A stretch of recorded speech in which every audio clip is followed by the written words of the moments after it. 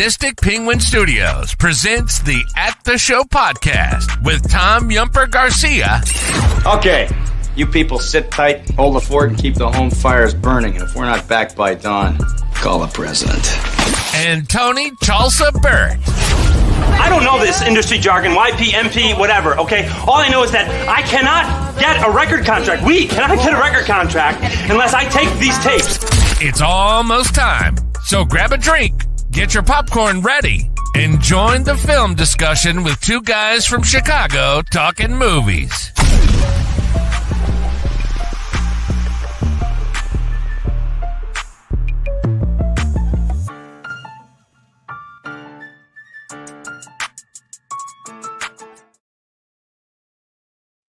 And we are back. Welcome to the At the Show podcast, hosted by the Sadistic Penguin Studios. I'm one of your co-hosts, Tom Yumper Garcia, and I'm with my other co-host, Tony the Sugar Baggy Burt.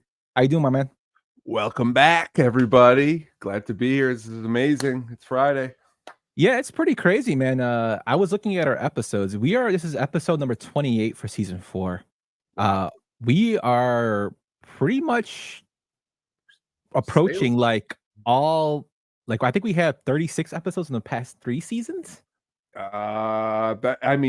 are. I have a feeling that by the end of December, we will surpass every episode you had for the first 3 seasons. Yeah, it's looking like that. I'm just going this every weekly thing is good. What I really like the most is just we can plug in, man, and we rock. I mean, that's really it. You just got on here. I just got on here, and man, we're ready to talk some movies. Yes, I'm Michael Pena, and that's McLovin. I am not amused. Good job there, Sam. So we have a big pack show for you today, action pack show for you today. We're discussing one of the greats, Michael Keaton. We are discussing today. Some thoughts on Michael Keaton, Tone? Oh man, one of the best. I mean, you've been in superhero movies, been in action movies, been in hardcore dramas, been in thrillers. I mean, he can do it all. Yeah, one of the best actors. Started in comedy. Really shows like his range as an actor has continuously gotten better as he gotten older. Still the best Batman in my opinion. I know people are not going to like that, but still the best Batman. I love Keaton and everything he does, even the horrible horror movies that he gets ripped on for, like White Noise. But we're going to be doing not a deep dive, but we're going to be talking about some of our Michael Keaton favorites that we have. Some deep cuts, some ones you may know. So we have a surprise list for you doing that. But first, Tom, let's get into our regular scheduled programming. And go in. I'm sorry, I'm reading what Sam's comments are. If you hear me laughing and you're listening to the audio version, check out the live version or the recorded version on YouTube because Sam posts some funny comments and he just made fun of my pack tonight. He says Yumper has a big pack for all of us tonight, huh? Yes. But let's get into what we've been watching, my man.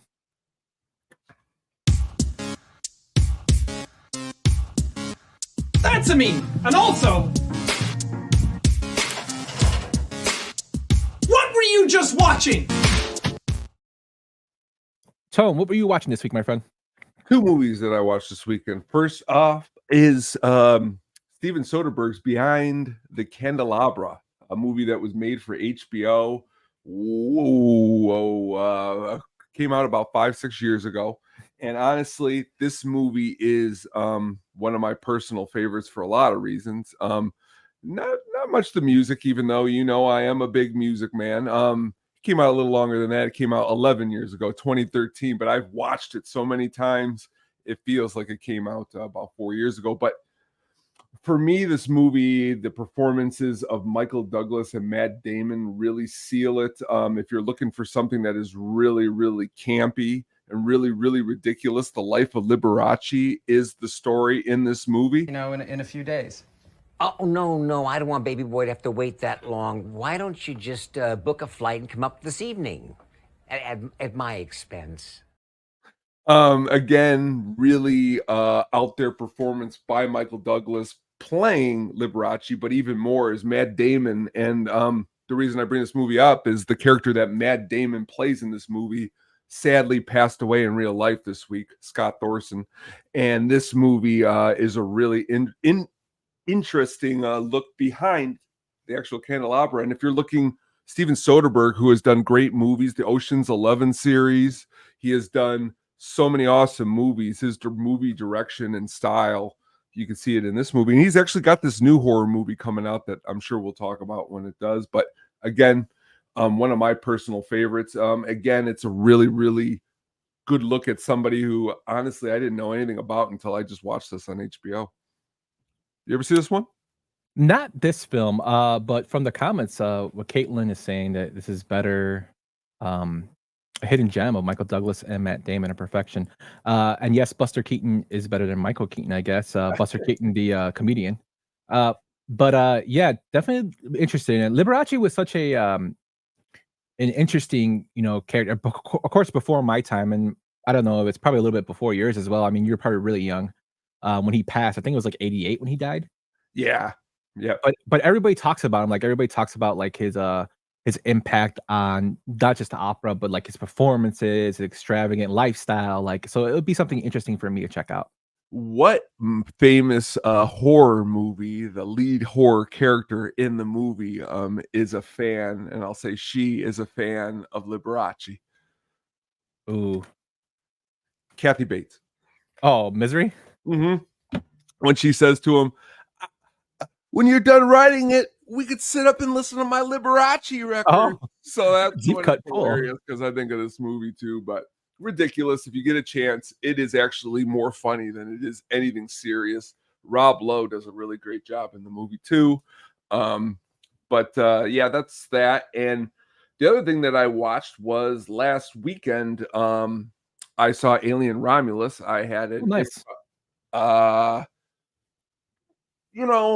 I'm trying to really digest what I watched in a way. Don't want to give away any spoilers for anybody who hasn't seen it, but from me being somebody who has digested every piece of Alien lore up until this point, on a scale of 1 to 10, I would go into the 6 range, 5.5, 6. I could even be a little bit more harsh if I wanted to.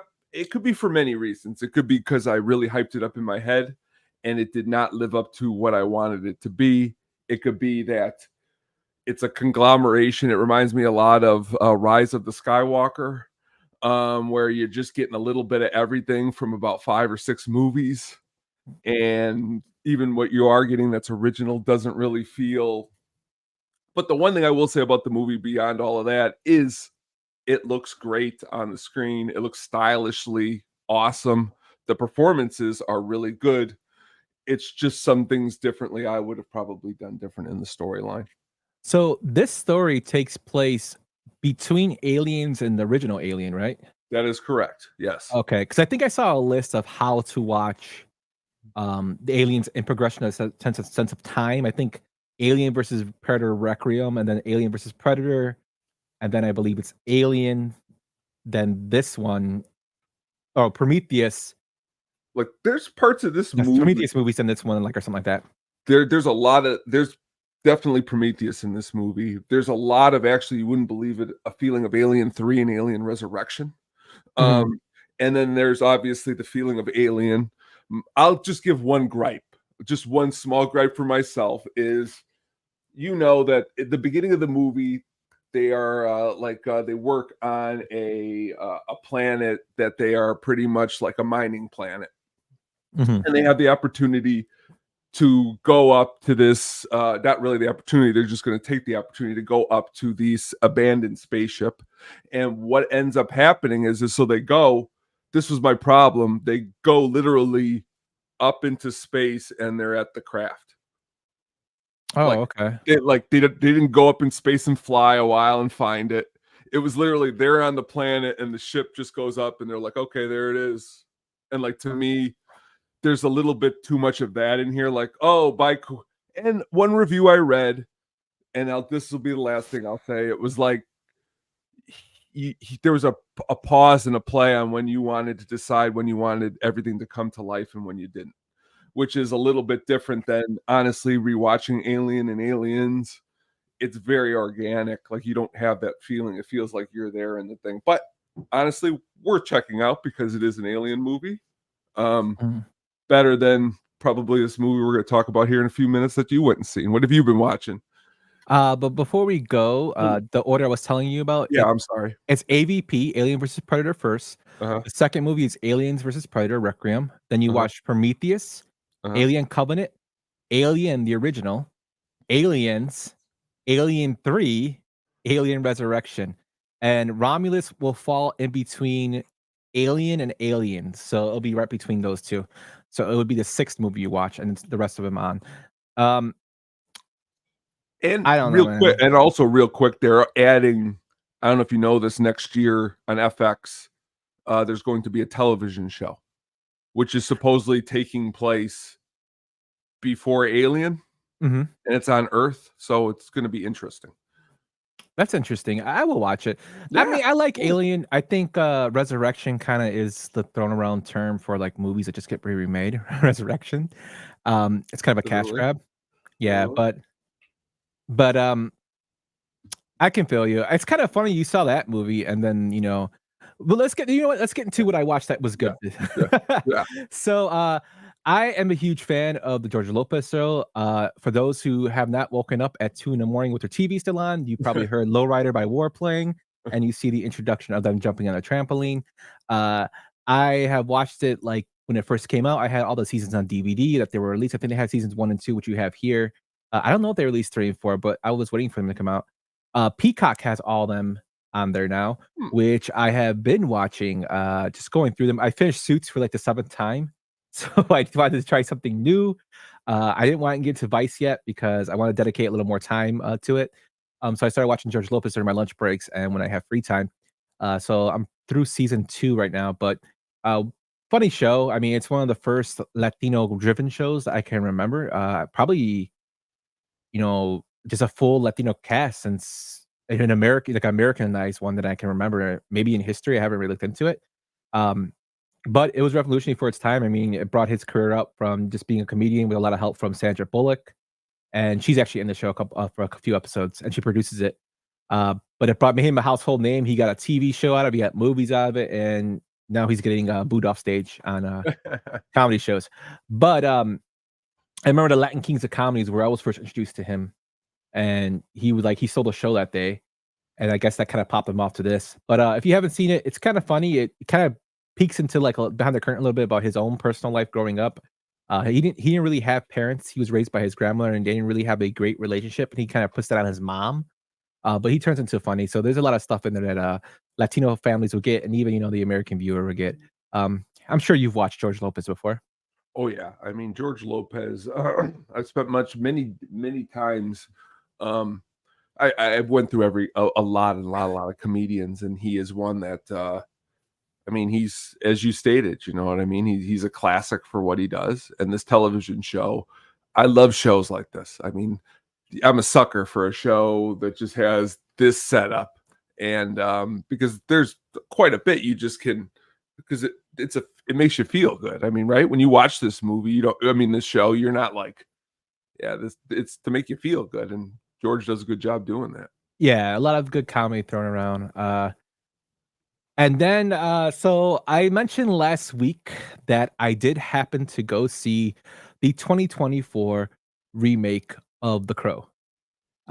This film was in development hell for years. I know there is rumors of Jason Momoa taking over it. At the end, Bill Skarsgård decided to join the film. He's in it with FKA Twigs, who's a singer. Danny Hudson's in it, which I couldn't think of his name, but until you reminded me, Danny Houston, I'm sorry, is in it. It's directed by Rupert Sanders, who did Snow White and Huntsman and Ghost in the Shell, which got bombed, the American version. So I went in with a clear mind. As most of you know, and I know Tony knows, I am a huge fan of the original Crow, not just for the music soundtrack, which I think is epic and was probably mostly known for, but the iconic appearance of the way the film is shot, it's really dark. Alex Porras, who does the film, does Dark City, and you can see a lot of the Crow in that film. That film's really creepy. I really like that film as well. I just love the way it's dark. And the original books, I read the first 3 of them. They were all in a dark way written. Now, the Brandon Lee facial paint is Brandon Lee's own take on the Crow. The facial paint actually in the Crow, this film, The Crow, is actually the way it is in the book, which is fine. So without further ado, I went to the film with my wife. She went with me. She's a fan of The Crow as well. We actually sat into seats next to people who were wearing the Brandon Lee shirts. It was like Crow mega fans with us on the right of us. It was the first weekend it opened. It wasn't packed, which kind of gave me a warning. I didn't see any reviews on it from like Roper or anybody like that, which kind of gave me red flags there.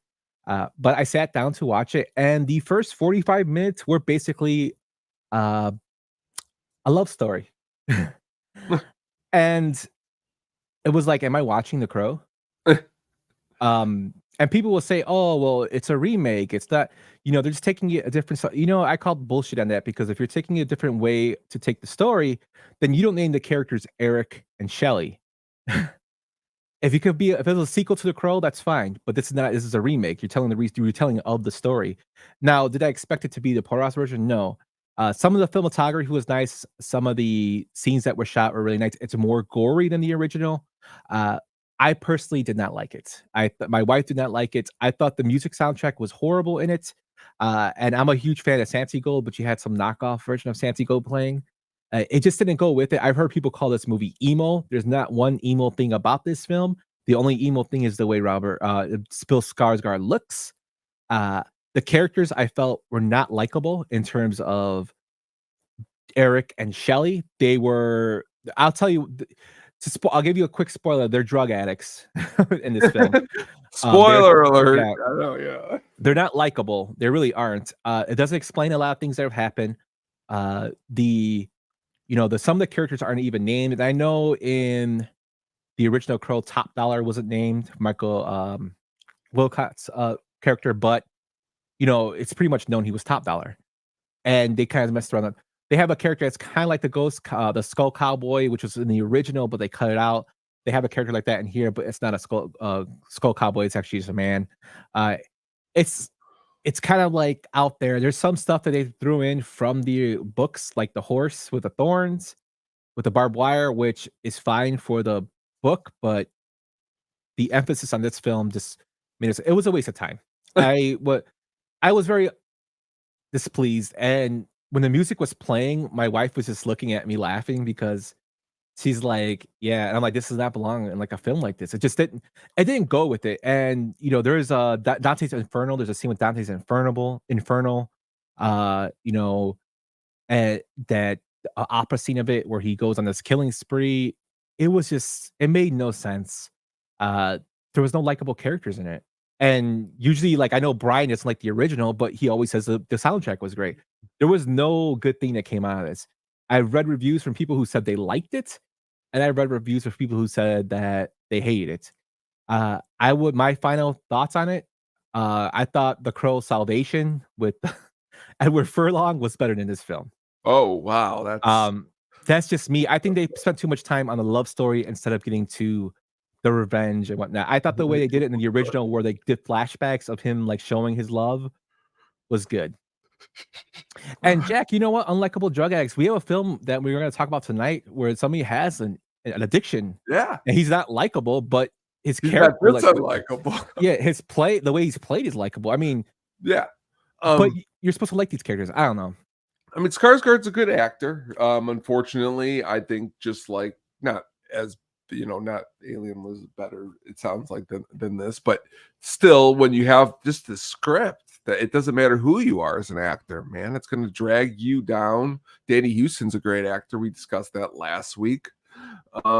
Yeah, not pleasant on the eyes, but I did, on like 100 bad reviews, see one person who tried to make light of the movie and and I was trying to, like, of course, when it comes on streaming, I'll check it out. But I'm glad thank you for your service, Jumper, for going to see this movie.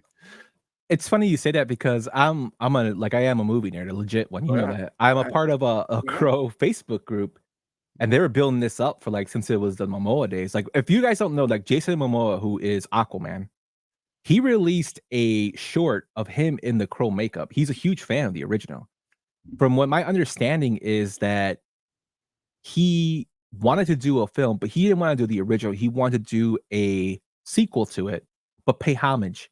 He wanted to be a police officer who was killed with his family and then comes back, Yeah. which I thought was awesome. Like, to think about it, like it's a different, when with him, the style he wanted to shoot looked awesome.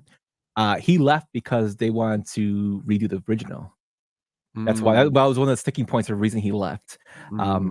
And it's funny you say the Crow famously bubbly, Sam, because there's a part in there with champagne. There's also a part where they go to like a camping site and the girl dances around a fire. It looks like a legit like romance movie. Like, you would not think of it as a Crow. Now, if I'm going off the top of my head, it was 97 or what year did City of Angels come out? Do you know? 96, 97, 98? I think City of Angels came out in 96. I saw that one in the theater with my friends. I did not see the original, and I left not like, this movie stinks. Like you stated, you probably like that one a lot better than this one because it still has a feeling of what the Crow stands for and probably how you feel about it. Yeah, I think that one, it's like I don't like the retelling. Tell a different story. I know, Like, use it. That's what I like. And Hollywood. This is, I've talked about this on previous podcasts. Hollywood's kind of going through where it's trying to get a cash grab. If you make a remake and it's good, then I'm all for it. We just talked about the Invasion of the Body Snatchers, which is a remake. It's considered one of the greatest remakes, if not the greatest remake in film history. And that's not just me saying it. That's like critics, Ebert, Siskel has even said. Siskel hates horror movies. Other people, like respected people with bigger opinion, bigger clout than me and Tony, have read this. Oh yeah, you can do it. It just don't do a cash grab. And I understand this is a cult classic that didn't make a ton of money at the beginning. It made good money, but it just, I don't know. You brought it back for this, and now any good storylines that are going to come out of this, like that would have came out of something that was successful, are dead now because it's damaged goods.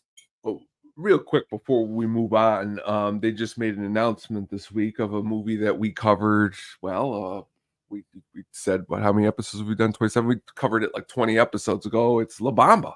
They're remaking La Bamba. Now, really quick, just a quick idea.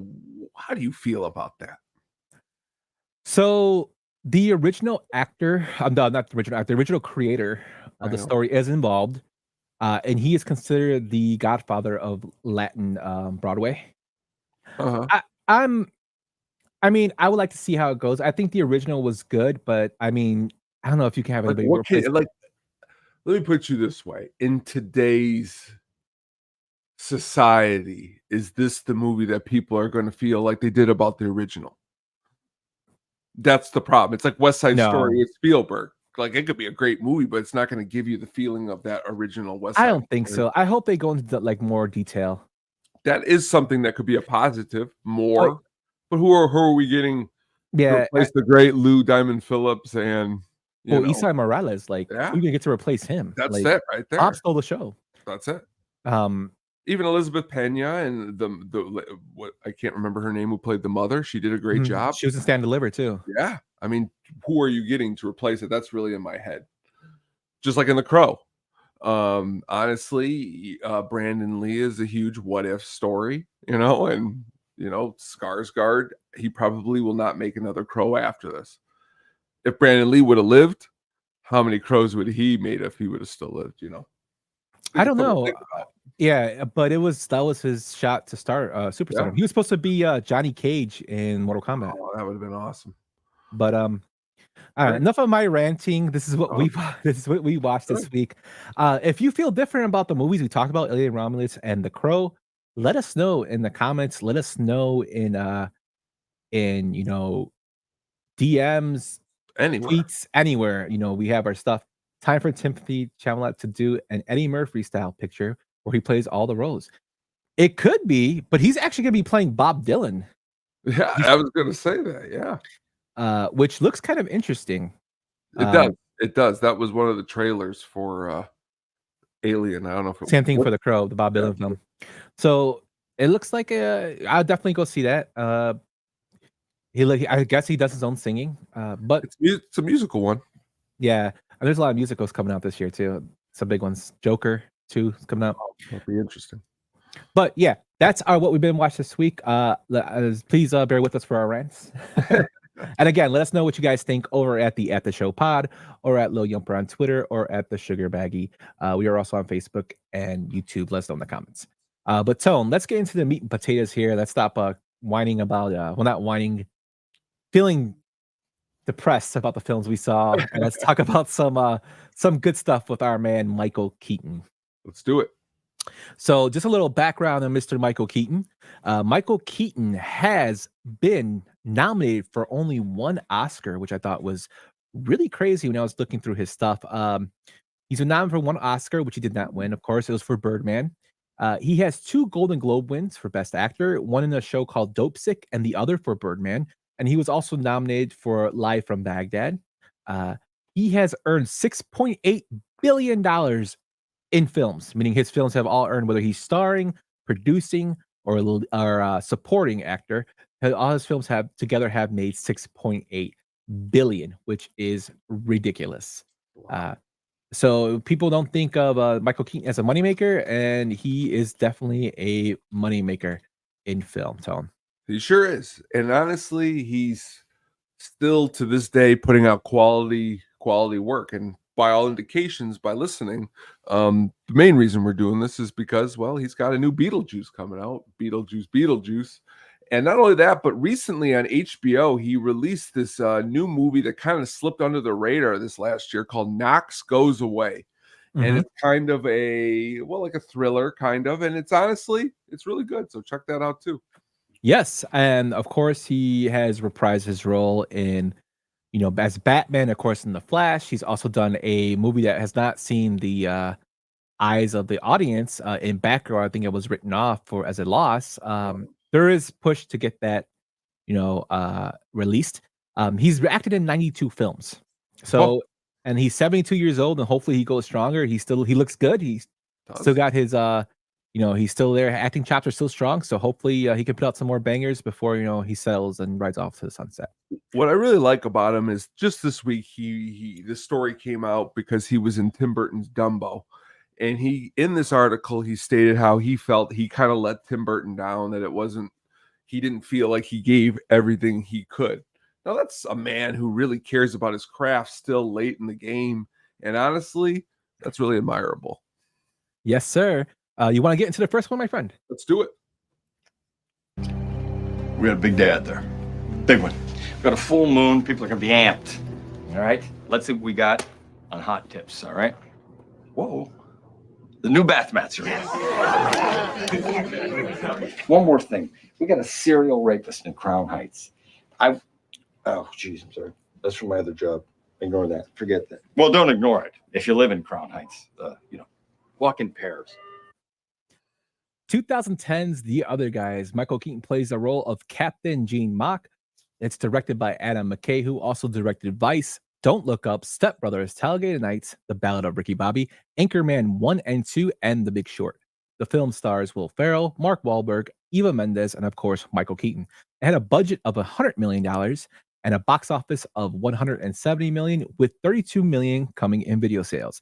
Now, although Keaton does not star as the lead in this film, he is rather hilarious as the supervisor or lieutenant of the detective squad, Gene Mock, who also works at Bed Bath & Beyond, which is what he was doing there, telling his employees about the new bath mats. He is, to me, it's one of my favorite roles of him because he always quotes TLC, and my wife, being a huge TLC fan, laughs at it. I don't want you to go chasing the waterfalls. I don't want no scrubs. And then he doesn't realize that he is doing so when they talk to him. Just a bunch of great comedic timing, great buddy cop film.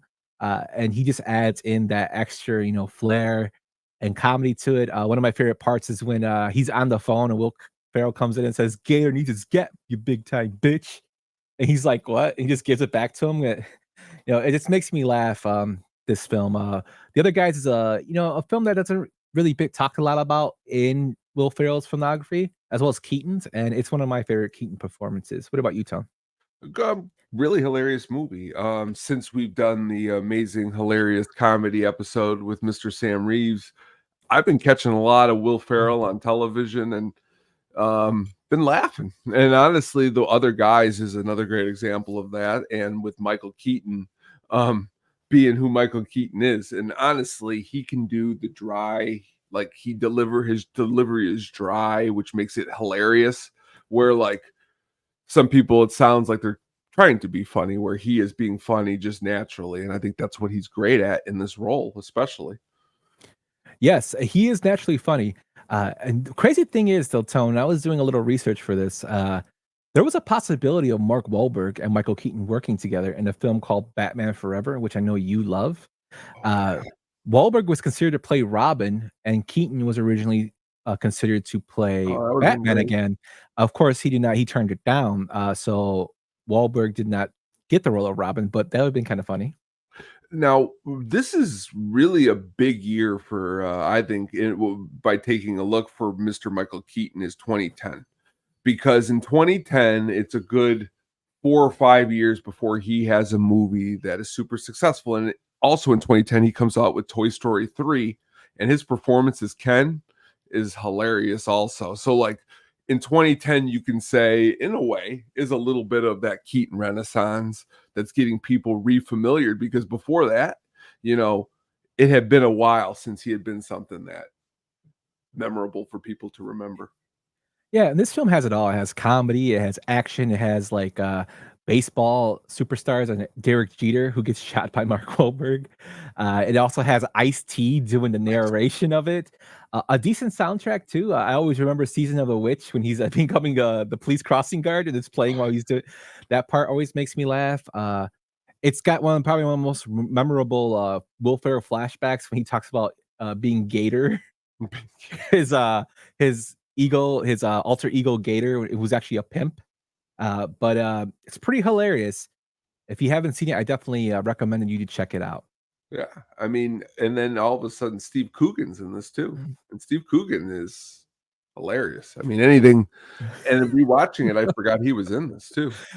Yes, he's one of the bad guys when he gives them the cucumber flavored water, and they're very excited about that. I love this quote from What's up, Philly? my man Sam. It says, "Listen, guys, I've got 2 jobs. I work here, and I have another job at Bed Bath & Beyond. I'm doing it to put a kid through NYU so he can explore his bisexuality and become a DJ." Michael Keaton at his finest there, being hilarious. Yeah, it's a great film. They play off each other so well. And you got to remember, too, the buddy cop, there's another buddy cop film that came out during this time. It was the Bruce Willis, Tracy Morgan, Kevin Smith vehicle, Cop Out, that bombed, and Kevin Smith hates it. Oh, yeah. So this one was one of the better of the two. But if you haven't seen either, guys, check it out. But Tone, let's go into yours, my man. Let's do it. We're gonna do it the Jack Butler method. What is this? This is nuts. Mr. Mom, directed in 1983, released in 1983, directed by Stan Drogati. He also directed She's Out of Control, The Man with One Red Show, Dirty Little Billy, and Necessary Roughness, which is a great film. It was written by John Hughes, who directed such films such as Breakfast Club, Home Alone, 16 Candles, Ferris Bueller's Day Off, Pretty in Pink, Uncle Buck, Weird Science. He was like the master of the 80s and teenager dramas and comedies. The film stars Michael Keaton, Terry Garr, Frederick Kohler, Taliesin Jaffe, and Martin Mull, the late great Martin Mull. The movie had a box office of $64 million on a $5 million budget. Wow. Tone, I picked that quote because it always cracks me up, because he's like, "We're doing it my way." And he's like, "What is this?" And it's so he's trying to take his kids to school during the pouring rain. But let us know why you picked this film as one of your great Keaton explorations. Probably my first, honestly, if you said in your head, what do I remember the first? And it's not like I sat down and watched it. I remember my mom watching this movie and like me walking in and her just saying how much she liked the movie. But now recent, in the last couple of years, I've rewatched it, and the story is pretty something that I think it actually resonates more now than probably it did even when it came out. Just the idea that he has to stay at home with the kids because unfortunately he's been laid off, and that whole interaction with the laying off and the working is again just great. Michael Keaton, he's delivering the lines in a very humorous way that you wouldn't usually try to laugh at because he's getting fired or leaving. And Terry Garr is great too. And Martin Mull, I mean, there's not a whole lot not to say about this movie. It reminds me a lot of the movie I talked about last week, Overboard. You can play them back to back and have a really feel good time because at the end they got a really good message. I mean, that's really the point for this one, I think. Yeah, and you have like a younger Christopher Lloyd in this film. I mean, he's old, but he's looks young. I totally forgot he was in this film. Jeffrey Tambor, who is his boss, is in this film. Great. I watched it today when I was finishing up our notes and stuff, just to see it again because it's a quick watch and it's pretty hilarious. It feeds on all the stereotypes that they believe that women go through to, as a stay-at-home mom, and he basically took it, and a lot of that stuff still kind of rings true what the moms go through. It's not an easy job to be a stay-at-home mom like people think it is, especially when he has 3 kids to take care of. The first time he gives his kids a bath, he has one of his kids in the water with his socks on because he's in like water touching his feet, which makes no sense. When he's doing the laundry, he basically puts all the detergents into one thing. The house almost gets set on fire. He loses his kids at the grocery store. It's just a lot of like tomfoolery that happens. It's pretty crazy that Ron Howard was actually asked to direct this film, but he turned it down in order to make Splash. And Keaton turned down Splash to make this film. This is his first film he ever had for top billing, but it wasn't. He wasn't the only person considered for it. For the role of Jack Butler, they had Chevy Chase considered, Michael Douglas, Steve Martin, and John Travolta. Also for Caroline Butler, who's Terry Garr's character, they had Karen Allen, Jane Curtin, Farrah Fawcett, and Sally Field. I think they picked the 2 right actors to be in this film. I think, of course, Chevy Chase and Steve Martin are hilarious in their own way, but I think Michael Keaton's kind of like, he's still a jock. Like he even shows in the film a little bit. And he's got that dry sense of humor, kind of puts it out there that makes me laugh. That it was just perfect for this one. Well, that's what's another movie which we're not going to cover tonight, but there's kind of a little bit of a connection that you shared with me that I didn't know about, was that Michael Keaton's character in the movie, he states, where are we going to catch on? Nagasaki? And then 3 years later, he stars in this movie Gung Ho, which is pretty awesome, hilarious movie that's got another hilarious Michael Keaton performance. But even there, that's kind of a cool little connection. Yeah, which is kind of funny. So, Brian, there's your Gung Ho reference on you saying that we better have it. But I knew we were going to mention Gung Ho at one point in here. But yeah, this is like, it's kind of crazy how those 2, films are kind of related. He was both in the automotive industry. There's certain parts too where he says, "Talk to my kid like that again, I'm gonna knock you out." And the way he punches the guy it just makes me laugh because it's a held back punch, but it still makes me laugh. And then it's crazy. What's her name? The girl that loves him, Jane. I think her name is. Yeah. She's like in love with him. That she doesn't care that he's married. She just runs over there, and then he has dreams of a soap opera. It's a bunch of stereotypes, but it's funny. Joan, yeah. Jillian, yeah. Joan. That's her name. But if you haven't seen it, check it out. It's definitely worth to watch. It's short, and it gets to the point that, and you could tell it's like a John Hughes film because it's a real smooth sailing. Doesn't drag on. Check this one out for sure. Good pick, Tom. Thank you. But let's get into our next film. Prostitution. Hey, we can say it. We're big kids now, right? A lot of times it'll help you to understand a word if you break it down. So let's do that now, shall we? Pros doesn't mean anything. Forget about that. Tit, I think we all know what that means. Two, tit. And shun, of course, from the Latin to shun. Say no, thank you anyway, I don't want it. To push away. Doesn't even belong in this word, really. So let's get rid of that. 1982's Night Shift. Michael Keaton plays the role as Bill Blazejowski, or Billy Blaze, as he calls himself in the film. The film was directed by Ron Howard, who also did Apollo 13, The Paper, Backdraft, Parenthood, Willow, Gung Ho, Cocoon, Ransom, Cinderella Man, The Missing, A Beautiful Mind, Frost Nixon, and Splash. It stars Henry Winkler, Michael Keaton, Shelley Long, Gina Hike, and Bobby DeCicco. This is actually This is actually Keaton's film debut, and he steals the show in this film. It had a box office of $21 million on a budget of $8. It was my first introduction to Michael Keaton. My parents loved this film of Night Shift. I remember they had an old poster my dad had down in the basement, rolled up of this film, and it's him on a bike. Michael Keaton's on a bike, which always cracks me up. But he is so eccentric in this film. He's a guy who has so many ideas. Like, he wants to put, for tuna fish, he wants to feed the fish mayo before giving them to people, so people can get mayo with tuna fish already. Just the stupid things he comes up with. He knows he's gonna win at blackjack, and he goes to the casino and he loses big, and he says he gets kicked out because he was gonna win big, but the real reason they kicked him out was because he threw his drink at the dealer because he thought he was cheating.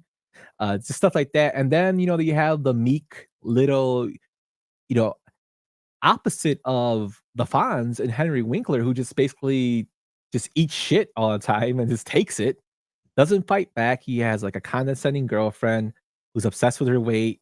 He sees that his neighbor across the way is a prostitute, and he named Shelley Long. He eventually falls in love with her, and Michael Keaton brings up this crazy idea. How about we become their pimps? Since her pimp's dead, we work at a morgue. Let's run her business out of there, and they run a business out of there. Also, you get a first appearance of Kevin Costner in this film as a frat boy. It's like they played Winkler and Winkler and Keaton played so well together off this film. As a straight man and the goofy guy. I really enjoyed it. I watched this one yesterday night, and I still laughed at it. And you also get a Richard Belzer appearance, and who is the cousin of Henry Winkler, for those who don't know, a Munch from the SVU series.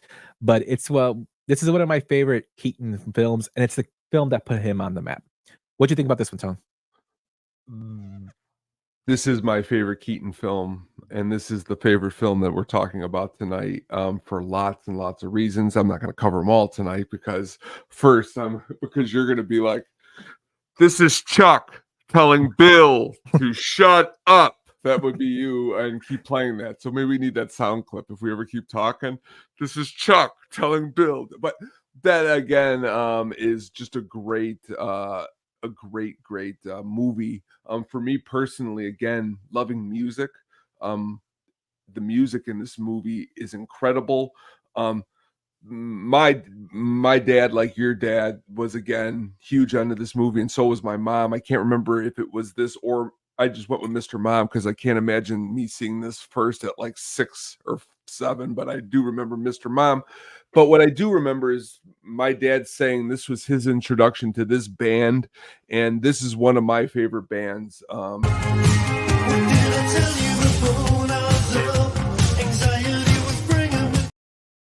The scene when they go into the dance club and talk is blasting. From my father, he immediately ran out and had to find Talk. And I remember growing up and going to lots of malls and him buying lots of Talk cassette tapes, all spanning from Night Shift. My love of Talk, I guess, is spanned from Night Shift. The comedy in this movie is tops. Michael Keaton, if you love comedy, Michael Keaton is delivering top of his game comedy. And actually, Henry Winkler is doing a very good job too. It's sad that he doesn't do more of this in movies because he's great in Waterboy. He's great in this.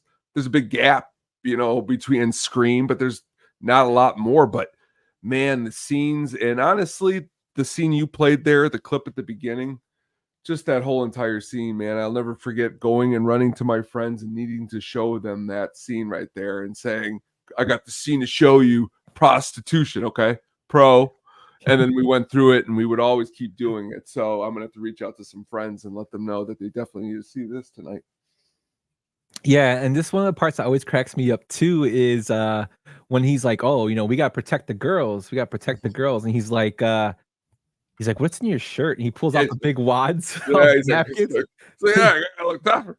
Yeah, he's got wads in his shirt to make him look like he's got more muscles, which cracks me up. Even at the end when he works for the Club Paradise Oh yeah, as the caveman, comes and in. yeah, and he tells the boss like jag off. And he's like, "What'd you say?" He's like, "Oh, no, but I heard this. It's a music. It's really loud, isn't it?" Like he's awesome in the film, and he has some physical comedy for Keaton. I always from this film, I always remember the song "Talk Talk," and I remember "Jumping Jack Flash" Oh yeah, because that's all he sings. dun, dun, dun, dun, dun, dun, dun. Yeah, Oh yeah. with Ron Howard's brother, Clint Howard, when he Oh, drives him, great he too. tells him, "You like music?" He's like, "Yeah." Yeah. He's like, he starts singing "Jumping Jack Flash" for him while they're driving away. Just a great film, and Kurt Russell and Mickey Rourke were considered for the role of Billy. I'm glad Keaton got it. It's perfect for him, and I'm glad this kind of shot him off to superstardom. Another great again musical scene is when they throw the party at the morgue and Van Halen's blasting and all the girls are all over the place. I mean, the movie is just a dream. Yeah, and that too. And I'm the whole idea, man. Yeah. They're rushing at me, Chuck. There's a quote though that I use a lot and nobody knows what I'm ever talking about. And it's a scene at his job. And I always say this, and it's when the other guy comes in and he's like, I'm working here now, and he's like, my name's so, and then he goes, oh, you got the same last name as the other guy. He's like, yeah, I mean, it's because he's like, because he sucks and has to work in the midnight shift because this guy's family's taking Yeah, over. Great. he's my nephew or something. Yeah, he's like, yeah, don't worry about that. Don't worry, he's my nephew. And Winkler gets pushed around.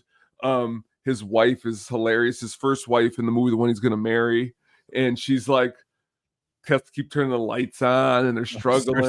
Search the house. Yeah. It cracks me up too when Keaton first meets him and he comes and he's like, "Oh yeah, my name is Bill Blazonjowski. You can call me Billy Blaze." And he goes, "Yeah, is that your wife?" He's like, "Oh no, it's my fiance." He's like, "Oh," he looks at the picture and he's like, "Nice frame." And then he puts it back down. It's just like he's just so weird and eccentric. It just cracks me up. He just continuously talks to him the whole time while they're there. It's a great film. If you haven't seen it, check it out. It's a movie that brought him to superstardom, and actually, this film is the reason that he got Mr. Mom in the first place. It was his first film after his success at Night Shift. So if you want to see early Keaton, the earliest Keaton, check this one out. You won't be disappointed. Tone, let's go on to your next pick, my man. Let's do it. I think maybe you got a little too much sugar in your diet. We do things differently around here, Dan. Put the gun away. Maybe I will and maybe I won't. Stash the rod, Danny. You shouldn't grab me, Johnny. My mother grabbed me once. Once. Johnny Dangerously, released in 1984. Michael Keaton plays a role as Johnny Dangerously, aka John Kelly. The film is directed by Amy Heckerling, who also did Loser, Look Who's Talking, and Look Who's Talking 2, National Lampoon's European Vacation, Fast Time at Ridgemont High, and Clueless. It stars Michael Keaton, Joe Piscopo, Marlou Henner, Maureen Stapleton, and Peter Boyle. The movie had a box office of $17 million on a budget of $9 million. Tell me why you picked this one. Well, we like gangster movies, we like comedy, we like ridiculousness, we like Michael Keaton. Huge fan of a lot of the actors in this movie. This is actually one only a couple years ago. I finally sat down because I would catch little pieces of this all the time, like in like my teenage years, and I'd be like, I'm not watching this. This is like the 1930s. But then I know Michael Keaton and some of the other movies we're going to talk about later. I had to watch this. And honestly, the Shankster reached out on our Twitter earlier, and he stated this was his favorite movie by Keaton.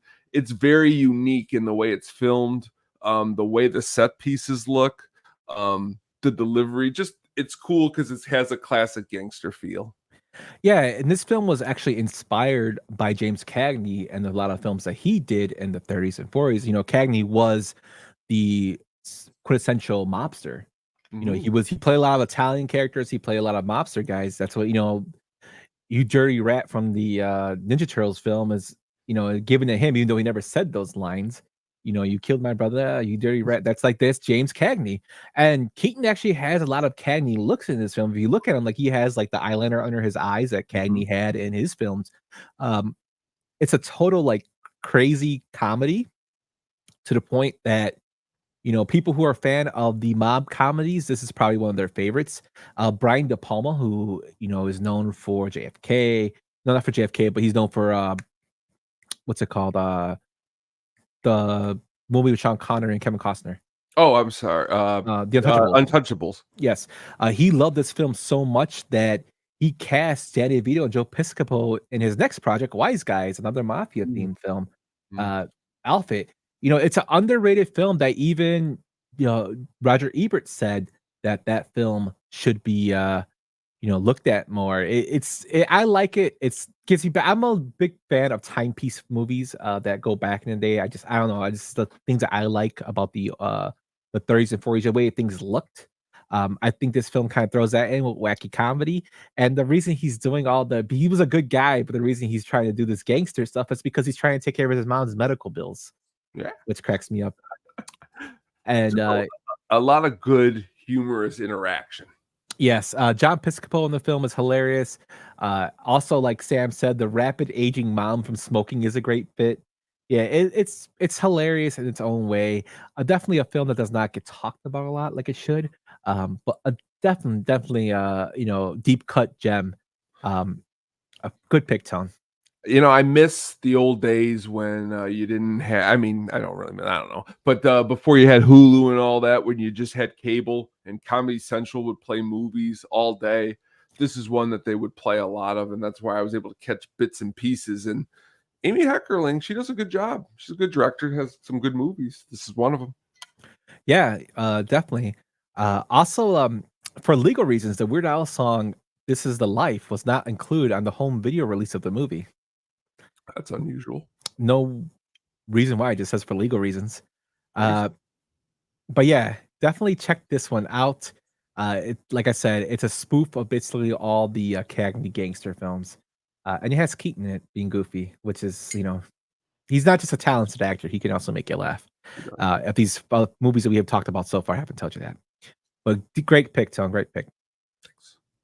Okay, let's move on to our next one, my friend. You bunch of losers! You're working with a professional here!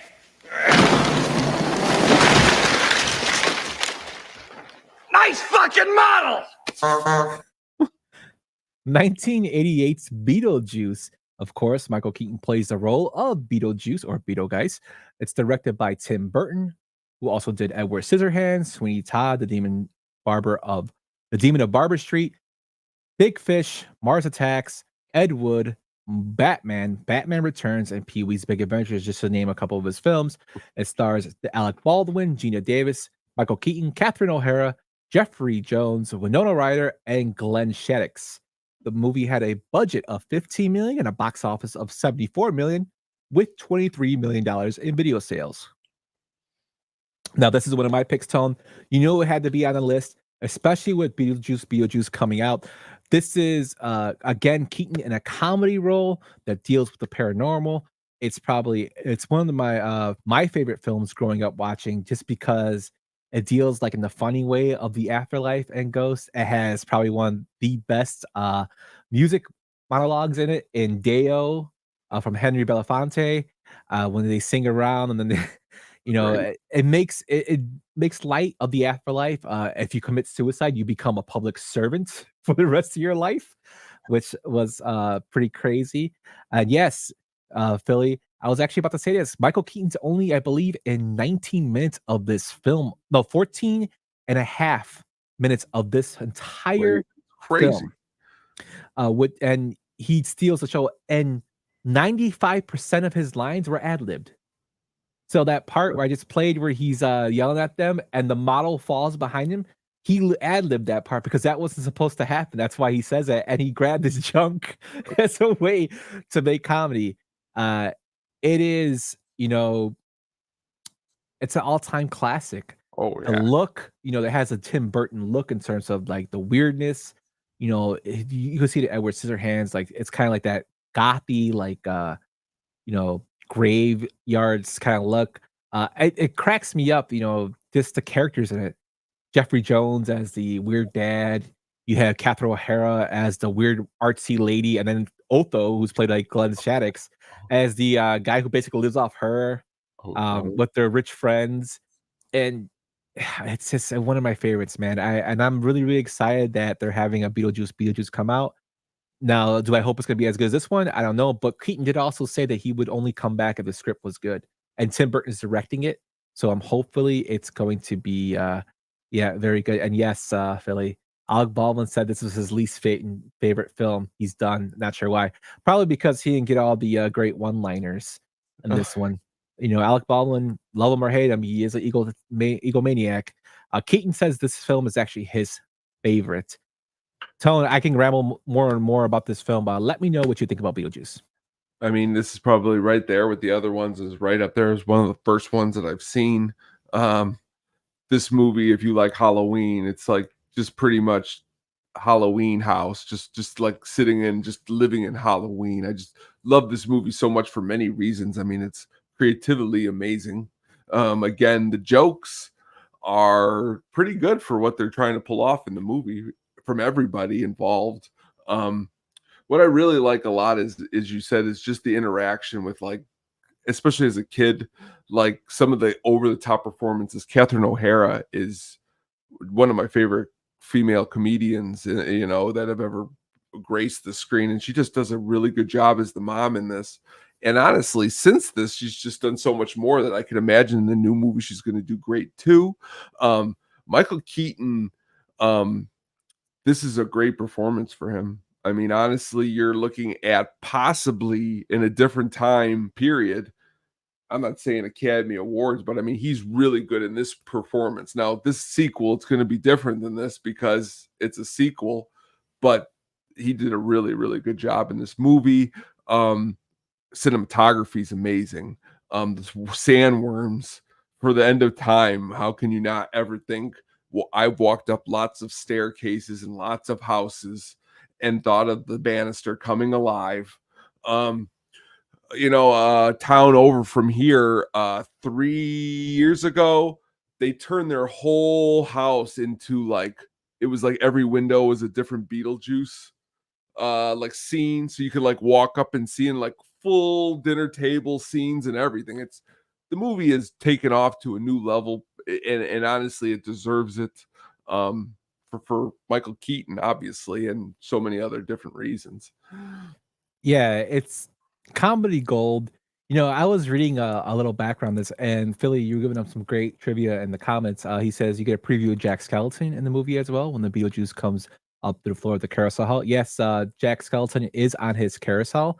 Also, when they're getting married, the person that's actually doing the services is actually in a video game called Kid Icarus. He's one of the bad guys, the guy who's the little demon guy.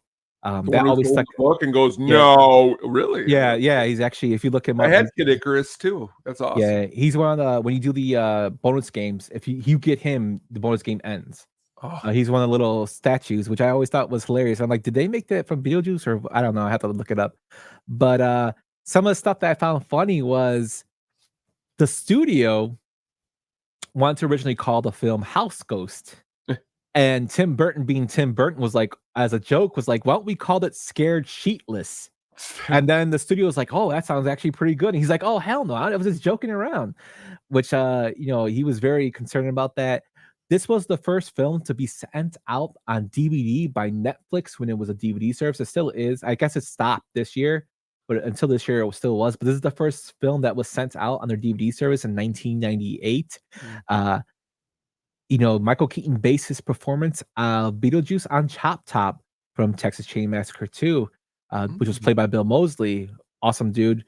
And if you guys haven't seen Texas Chain Massacre, it's Texas Chain Massacre 2, Chainsaw Massacre 2, it's just one of those films that is totally different from the original, but I like it a lot. It's supposed to be more of a comedic horror film, and it's got really, really like predominant characters like Chop Top. Although the love story between Stretch and Leatherface. It's kind of weird. That But video you put together, go back and check that out. That was really awesome. yeah, it's crazy, you know. And then for the role of Beetlejuice, you had Dustin Hoffman considered, Robin Williams, Ooh. Christopher Lloyd, Jim Carrey, Tim Curry, Jack Ooh. Nicholson, Bill Murray, Robert De Niro, which I thought would have been horrible, and John Cleese Ooh. were all considered to play Beetlejuice. For the role of Lydia, Juliette Lewis, Lori Loughlin, and Diane Lane, Sarah Jessica Parker, Brooke Shields, Justine Bateman, Molly Ringwald, and Jennifer Connelly all turned down the role. Brooke Shields was actually in the lead by the studio, but Tim Burton said she wasn't a draw anymore. That's pretty mean, man, but it makes me laugh. But definitely a film that I loved. I loved the TV show as a kid, the cartoon that came out from this, that spawned from this. Like, I'm really excited to see the new film when it comes out, and we are definitely gonna go see that one, my friend. Well, it's gonna be good. Going to be real good. Yeah, Tim Curry would have been very interesting. Great character actor. By far one of the best character actors in my opinion. If not the greatest in my lifetime. But let's go on to our next one, my friend. Hey, the American Stock Exchange really doesn't care some asshole makes $300 a week, says I can't use the fucking phone. I'm close, right, Craig? Like 310, maybe 315, right? That's about it, right? Isn't it, Craigie? Yeah, oh boy, big 307 a week. Boy, you gotta allocate that motherfucker, don't you? But that lean cuisine, maybe some pork and beans. Hey, why don't you get yourself another pair of those plastic shoes? Fine, you want me out of here? I'm fucking out of here. I'm gone! Motherfucker, look at his back! 1988's Clean and Sober. Michael Keaton plays a role as Darrell Pointner, this film was directed by Glenn Gordon Caron, who also directed Wilder, Napalm, Love Affair, and Pitch Perfect. The movie stars, of course, Michael Keaton, Kathy Baker, Morgan Freeman, Tate Donovan, and Claudia Christian. It had a box office of $8 million. I couldn't find the budget of this film. Tone, we've talked about this film before. I know we do that on what you've been watching. I saw this film again a few months ago. Very, very powerful. I mean, that's it right there. I mean, the power is, you know, I don't know. I mean, I've never been in what they go through in this movie, but if you were ever, it's a movie that I think I watch it and you learn lessons, you understand different sides, you see different things. And Michael Keaton, again, this is the same year as Beetlejuice, and as you heard him in that rant there, I mean, he doesn't sound too far off on his rant in Beetlejuice. It's just serious and aimed towards something else, and that's what's great about his acting. I only saw this movie within the last 10 years. But like growing up and going to VHS or like video stores, I'd always see this box and I'd be like, what is this? Clean and Sober? He's just got a sweater. And then now you're older and you're like, oh, okay. I understand. And the struggle within the movie and what he overcomes and what he deals with. And Morgan Freeman is amazing. And I find it, as you stated, to be very powerful. Yes, definitely. And again, he is a drug addict. He's on cocaine. He's on alcohol. There's a lot of stuff that goes on that brings him to, the facility with Morgan Freeman. And he can play as a complete asshole in this film, but it shows him going through the 12 steps of recovery, and basically the way he tries to get clean. It's a powerful film. It shows like his trials and tribulations. This is like peak Keaton in terms of showing his acting chops. He can play the funny man, and in this film, he can play, the degenerate really, really well. He blurs the line very, very well. My favorite part of this film is actually prior to this scene when he's actually smoking a cigarette on the phone with the guy talking about the 92K, and the girl walks in and is like, "Oh, you can be on this phone." He's like, "Yeah, is there something fucking wrong here?" Like, he kicks her out. Keeps smoking, and that's when Morgan Freeman comes in and kicks him out and he goes on that rant. But just like that whole changing of dialogue, the mannerisms, showing like a real slime ball of person he was. I thought it was very, very powerful, and it's become one of my favorite Keaton performances, to be honest with you. I mean, I think for me, my favorite part of the movie is it reminds me a lot of the Seven when we did Seven, and I told you at the ending was something that I felt was very powerful. At the ending, when he's standing up there and he finally, he's going to admit it, and then Van Morrison's song hits at the end, and it's such a I don't want to say it's not a happy ending. It's not the worst ending. It leaves you feeling away, and I think that's what's great about this movie. It leaves you feeling away, and those are the best type of movies. Yeah, it's a kind of depressing ending, to be honest. I mean, well, that's what it is. But in this movie, he thought he was in control at the beginning, and that's what it is with addiction. But man, he sure wasn't, was he? No, and this film, we said that Keaton was known for comedy up to this time, and that's what gave the studio trouble to market it because Keaton was known for comedy. This was not a comedy film, and that's probably why it didn't do too well at the box office. But this film inspired John Peters, who was the casting director of a movie called Batman, to cast Michael Keaton. And you remember when he was cast, people hated it. People were very upset about it. Long and behold, taking a retrospective review, it's probably one of the best casting decisions they made in that franchise. But yeah, it just shows his acting chops, man. Keaton, he's complete package. He can do everything, and he's very talented. He is very, very, very talented. And if you guys haven't seen this one, it's not a well-known Keaton film, but we've talked about it a few times on our show. It is available on Amazon Prime. I think it's $3.99 to rent. Check it out. It's definitely worth your time. It's depressing, though, just a heads up. It is depressing, but it's very, very powerful. Now, real quick before we move on, was it more depressing than the new Crow? This was depressing in a good way because it was a powerful story. The new Crow was just depressing because I couldn't believe I spent money to go see that. I knew that already. I just want you to say it. But yeah, definitely check this one out. Let's move on to our next one, my friend. Let's do it. Why are you now determined to prove that this penguin is not what he seems? Must you be the only lonely man-beast in town? The circus folded its tents yesterday, perhaps forever, after numerous reports of missing children in several towns. Police have closed down the Red Triangle's fairgrounds. However, at least one freak show performer vanished before he could be questioned. I suppose you feel better now, sir. No. Actually, I feel worse. 1992's Batman Returns. Michael Keaton plays the role of Bruce Wayne, aka Batman. It's directed by Tim Burton. Of course, Michael Keaton is the star. Danny DeVito is also in the film with Michelle Pfeiffer, Christopher Walken, and Michael Gough. The film had a box office of $266 million on a budget of $80 million. I said that Keaton is the best Batman in my opinion. I know I'll get some flack for that, but he personally is my favorite. I love the original Batman, and I think the reason I love the original Batman so much is I love Keaton and I love Jack Nicholson. Jack Nicholson, I think, steals the show here.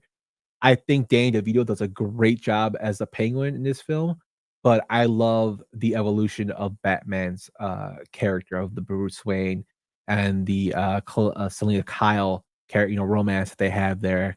I think Keaton gets to act a little bit more out as Batman. He probably had more control of how he wanted the character to act. I also love the way this film is shot compared to the other one. The first Batman was dark, of course. This one's darker. Batman fucking kills somebody in this film. People say, "Oh, Batman doesn't kill." He kills a person in this film. The guy has a bomb to his chest and he kicks him down a hole, and the guy blows up. He didn't live from a bomb. Batman and Robin clears. But this is one of my, this is my favorite Batman film of the Burton films. This is will be number one to me, and then the first original will be two. But it's a close one. It's not. But I just love this film. It's one that I constantly watch. It has a Christmas theme to it. Christopher Walken's in it, which is always great. As Max Shrek, has a lot of things going for it. It made $266 million. back in '92, that was a ton of money. I remember it just brings me back to my childhood because although I did see the original, this film came out when I was a little older to watch the commercials on TV, the McDonald's commercials of him going through the McDonald's drive-through, the glasses they gave out. They did it again with Batman Forever with the McDonald's glasses. Uh, everyone was excited to see the Penguin. And for those who don't know, Burgess Meredith, who was the original Penguin, Mickey from Rocky. I used to watch that show a lot with my mom and my grandfather when it would come on. The original Batman with Adam West, which was corny, but it had a great characters of the Penguin, and now you have a more darker Penguin in Danny DeVito, and it always cracks me up when he eats that fish in front of everybody when he's trying to run for mayor. And you have like special appearances by Pee-wee's Big Adventure. Simone and Pee-wee play his parents. In the beginning of the film, I love everything about this film. Like I said, it's my favorite of the Burton films, Batman films. What do you think about it, Tom? I remember this very specific. The toys, McDonald's had the cups. I believe somewhere I got a cup still. It was a cool time, man. It's a great time for movies, and Michael Keaton, he's my favorite Batman too. I've gotten into blood-curdling screaming matches over this, and I'm never going to do that again, but because you could like who you like, but I always deemed that Michael Keaton was my Batman, and that's just because he does such a good job. I think he does a good job all around. In the suit, he looks good in Batman. Outside the suit, he looks good as Batman. But this movie as a whole is another great entry after the first one. In some ways, you can say, it's got even more creativity a little bit than the first one. Danny DeVito, who else could have played that role? Okay, number one. And number two, Christopher Walken's hair. I wish I could grow hair like that. White, all over the place. Great performance. But Keaton again. It's sad that he couldn't work it out for that third movie, but we got two really awesome. It's like back to the Aliens again. We got two really awesome Aliens movies. We should just be happy that we got those. Because some series can't even come up with one. But this is a great movie, and I'll always remember it when it first came out too. Seeing it in the theater. And what I really remember, which is like ridiculous, I'm going to say this, is like after it comes out, like on VHS, I'll never forget like my dad pausing the beginning and going to my mom, "Hey, Mayor, look, it's Pee Wee Herman." And I was like, "That's not Pee Wee Herman." And well, it was Pee Wee Herman. It was a different Pee Wee Herman. It was Paul Rubens. But again, great movie. Great movie. Yeah, and it's funny that you say this film is kind of like more creative than the first one, and Keaton and Burton did not sign on for a sequel after the first one. They're actually brought in, since the success of the first one, they were like, okay, well, we want to make a sequel. Burton only agreed to do it if he was giving more creative freedom with the script and the screenplay. He did not like the first screenplay of the first film because he didn't have control over it. Keaton, on the other hand, said he would do it if Burton came back, was one of his conditions, as well as getting a hike in salary. He didn't make a lot of money for the first film, and he got $11 million for this film. And Tim Burton, people were like, "Oh, that's outrageous," but Tim Burton was like, "No, he deserves it. No. He deserves all the money he get." Warner Brothers was uneasy about giving this to him, which I think is really condescending, considering that Warner Brothers is making, it tripled their budgets for this film. Not to mention probably all the money they made off merchandising. But he deserved all that. And yes, they were not given the third film because, again, Burton probably is not really big on sequels, and he probably thought he could move on. But there was talk of a certain person being Robin, who Tim Burton wanted to bring in, and that person was Marlon Wayans. Signed on to be Robin. Of course, when he was not introduced in this film, he was supposed to be introduced in the next film. But when Joel Schumacher took over and Tim Burton left, Marlon Wayans bought out of his contract, and we got Chris O'Donnell as Robin. It would have been interesting because of course, Marlon Wayans is African American, so it would have been a black Robin, which I thought would have been kind of cool. Oh, Different play on things. And then plus he's comedic, so it would have been kind of funny too. Just a little tidbits about this film. Michelle Pfeiffer went through 60 cat suits during the 6-month shoot of this film, and they cost $1,000 a piece. So she went through 60 of them. So 60 grand for her cat suits. Danny DeVito stood in character even off camera. He also had a hilarious, reminiscing about this with Arnold Schwarzenegger at the Oscars when they come out and you're going to talk about, we've been in a lot of movies. And like Arnold Schwarzenegger mentions like, oh yeah, we both try to kill Batman. Yeah. And he goes, well, how did he beat you? And he's like, Arnold Schwarzenegger's like, he killed me with my most, vulnerable weakness, love. And he's like, well, how did he kill you, Danny? And he's like, he just threw me out a window. And they do the famous scene of like, there he is. And they're pointing at Keaton and he gives them the whole, come and get me, son, which is becoming a gif. And we used it as the opening of the show. But it always cracks me up. It just shows how this film, even though Schwarzenegger was in the Schumacher films, but like Keaton still recognized as Batman. I mean, he was brought back for Flash. That movie was not great, but I went to go see it just because he was back in it as Batman, and he was the best part of that whole film. I wish they would release Batgirl just to give us, because he's in that film as well as a mentor. I would really like them to make a Batman Beyond film with a newer Batman and him be the old Bruce Wayne. That would be kind of cool. I don't know if he's done playing Batman. He says he would always leave it open. He is getting up there in age, and I would hope that if they did another Batman film, they would bring him along for it to do something because he is my favorite Batman. But of course, he is getting older in age. But just to go back to this film, one of my favorite things besides all the stuff I talked about is that the Penguin's makeup was awesome. Very creepy, very different from the original look. Great picture got him here. Tone his design is totally Tim Burton, the design of it, and it was such hush hush to keep what he looked like. Danny DeVito was forbidden to talk about his makeup, not even to his own family. So everybody who witnessed it on film was the first time they were witnessing it. It only except if you didn't work on the film, you couldn't. You didn't know what he looked like. So a couple people considered for this role in the film was Jodie Foster was considered for Catwoman, but she dropped out to do Little Man Tate. Gina Davis was considered for Catwoman, but she starred in A League of Their Own. Brooke Shields again was considered, but again Tim Burton said she was no longer a bankable star.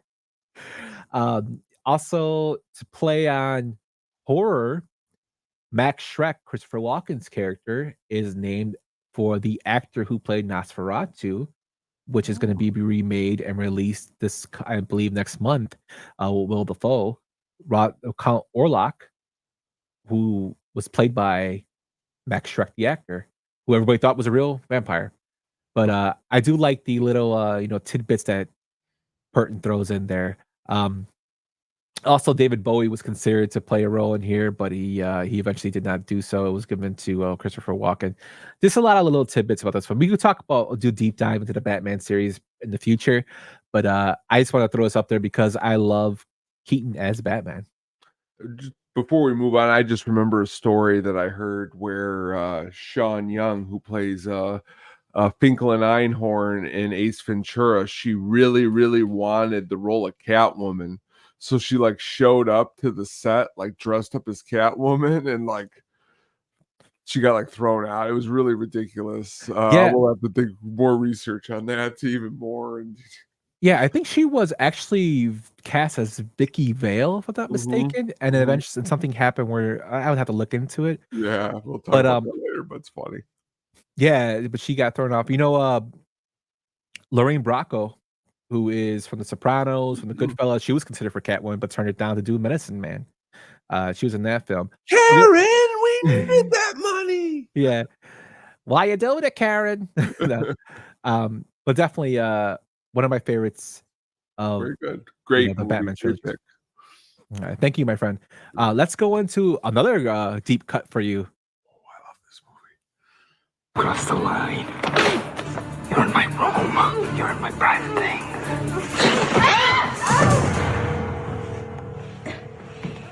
You and your boyfriend.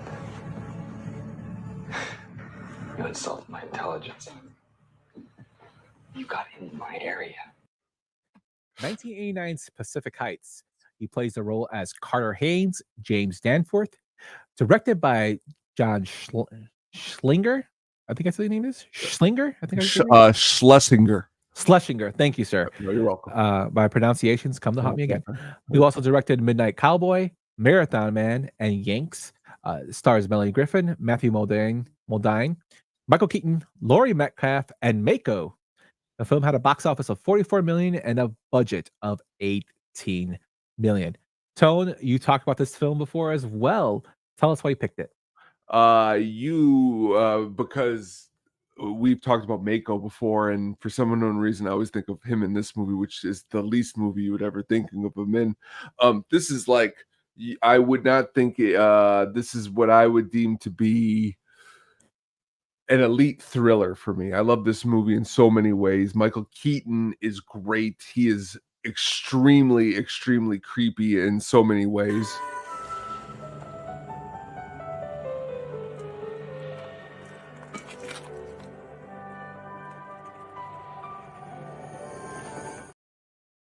Just really, really, really not a good guy. So like in all the other movies we've talked about, or that I could think about, there's another movie he doesn't play a good guy. It's called Desperate Measures with Andy Garcia, where he's ridiculously lifting this bag in prison that we used to make fun of. But that aside, he's really bad in this movie. And I just like the premise of the movie because it's so ridiculous in a way.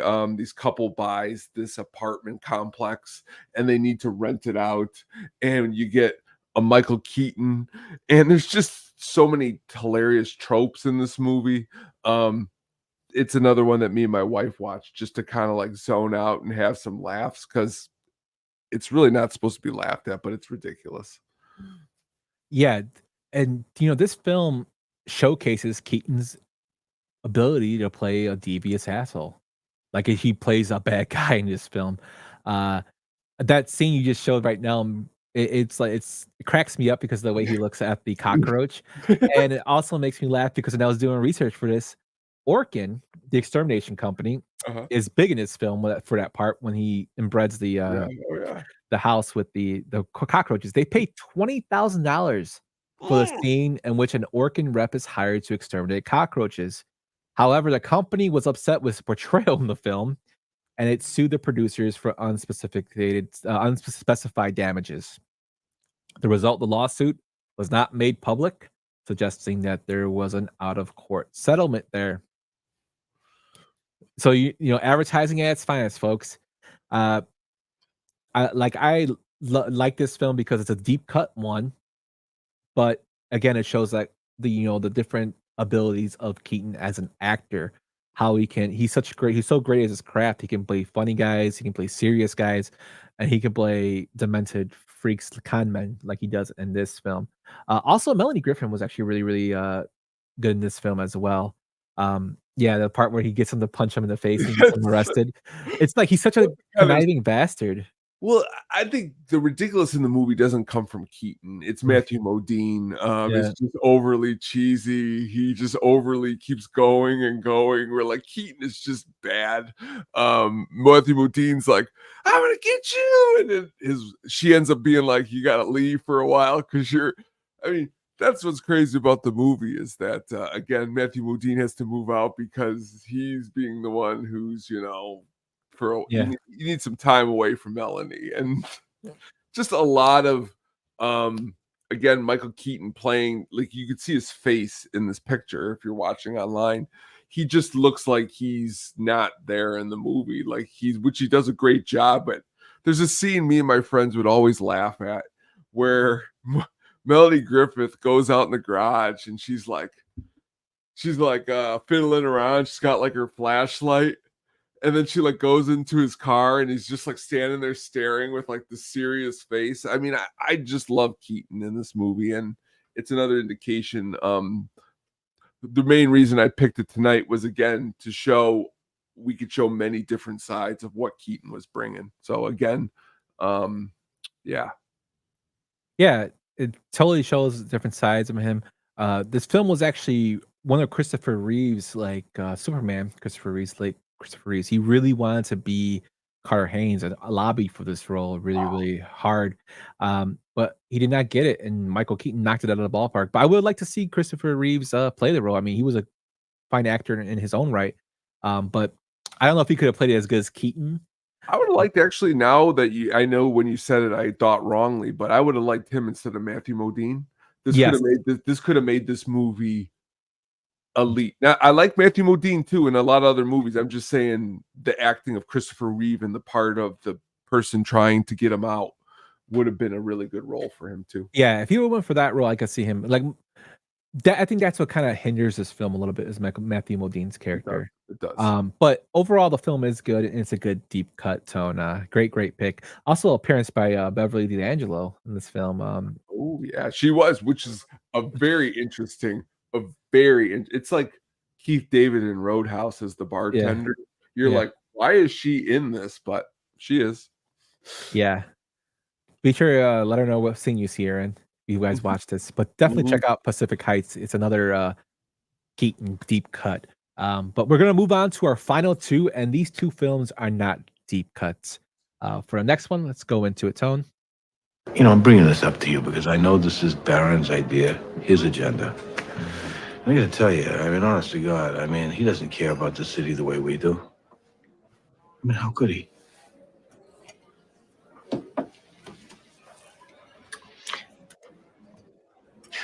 This is how it happens, isn't it, Pete? What's that? Guy leans on a guy, and suddenly the whole town just looks the other way. 2015 Spotlight. Michael Keaton plays the role of Walter Robbie Robinson. It was directed by Tom McCarthy, who directed Win-Win, The Visitor, The Cobbler, the Adam Sandler film, Stillwater, and Nation Agent. The film stars Mark Ruffalo, Michael Keaton, Rachel McAdams, Liv Schreiber, and Stanley Tucci. The film had a box office of 91 million on a budget of 20 million, along with 5 million in DVD sales. It won 2 Oscars. It won one for Best Picture and Best Writing. This is a powerful film in terms of the subject matter it covers. That with the Catholic Church, it talks about the Spotlight, an investigation team for a newspaper to expose the ring of sexual assaults that happened with the church and continue to happen and be exposed to today. It's a disturbing subject, but it's really done well with Michael Keaton playing the role as the head of the newspaper, basically the chief editor, that works with the team. And he has his flaws, as well as he was given cases prior to exposing them here that he didn't take seriously. I think there were like 13 cases he reveals that he was given heads up on but didn't expose them. But he did it now because it was getting ridiculous that it's starting to come together. This film is based off a true story. Very hard watch in terms of the subject matter, but very good performances by Mark Ruffalo and Michael Keaton. The whole cast actually does a very good job. I do like that clip I just played when he's in he's talking to his friend in the bar, and he's basically telling him, the Catholic Church would like it if you kind of swept this under the rug, trying to lean on people. And he says that this is how it starts. You lean on people and you forget about them, things don't happen. And again, a very powerful film that people have said this is probably one of the best portrayals of a newspaper film in the history of cinema. I watched this again this week, Tone. Still very good. It deserved to win those awards that I think it won at the Oscars. What do you think about this one? Before I get to the movie, I was when I immediately I think of one movie and then I think of a connection to this movie, and immediately when you brought this movie up, I thought of another movie that I remember, like when I was 12, I just happened to watch on TV with Michael Keaton, called The Paper, where he was on the paper, and it was a lot of so like when Spotlight comes out, I'm like, oh, this is cool. Another movie with Michael Keaton working as editor. Me and Katie went and saw this movie. Amazing movie across the board. I'm a huge Liev Schreiber fan. And of course, Stanley Tucci's great. Mark Ruffalo, even Rachel McAdams does really good. But Michael Keaton, again, is coming into, it's another different kind of seriousness. I mean, now he's playing a seriousness of, in the, what's the word I'm looking for? All the President's Men type of vein, looking for that story, trying to crack it. And he does a good job in this movie. I like looking at the late era Michael Keaton because it's just as good as those earlier movies we talked about. Birdman, Spotlight, the next movie we'll talk about. So much more. I mean, honestly, I've never seen Dumbo, but I could imagine he's pretty good in it. You know, I mean, well, how could he not be? And that's just what he is in this. Yeah, and just for his role, this is based off real people, so they were actually in the film. The baseball scene, when they go to the baseball game, they're actually some of the real people are there. Walter Robinson's there, Sasha Pfeiffer, and Michael Resendez is in it. They're actually in the crowd. Walter Robinson, who watched the film with Keaton's portrayal, said it's like looking at yourself in a mirror. You're having no control of a mirror image, which was really, really a compliment to Keaton because he was worried that his Boston accent wouldn't be good enough for his film. And then when he met with the real Walter Robinson and found out his accent wasn't as strong, he kind of played off him. He met with him several times to get his mannerisms, to get him, to get the way he played, the way he acted as inspiration for his portrayal. Keaton said about playing him as he's a very powerful and very direct, but until he reaches that point, he's a pretty easygoing guy, but very cagey about how he gets information, not in a bad way, in a really cool way, like a bird dog. So I kind of had mannerisms.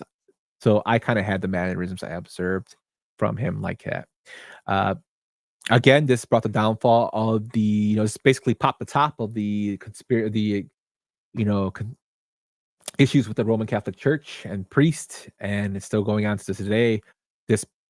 The name Spotlight, which is actually the name of the newspaper, and the real newspaper, put a spotlight on the assaults going on, and they're still unfortunately happening on bring them out till today. But this is like one of the things that actually got the ball rolling for the issues that were happening.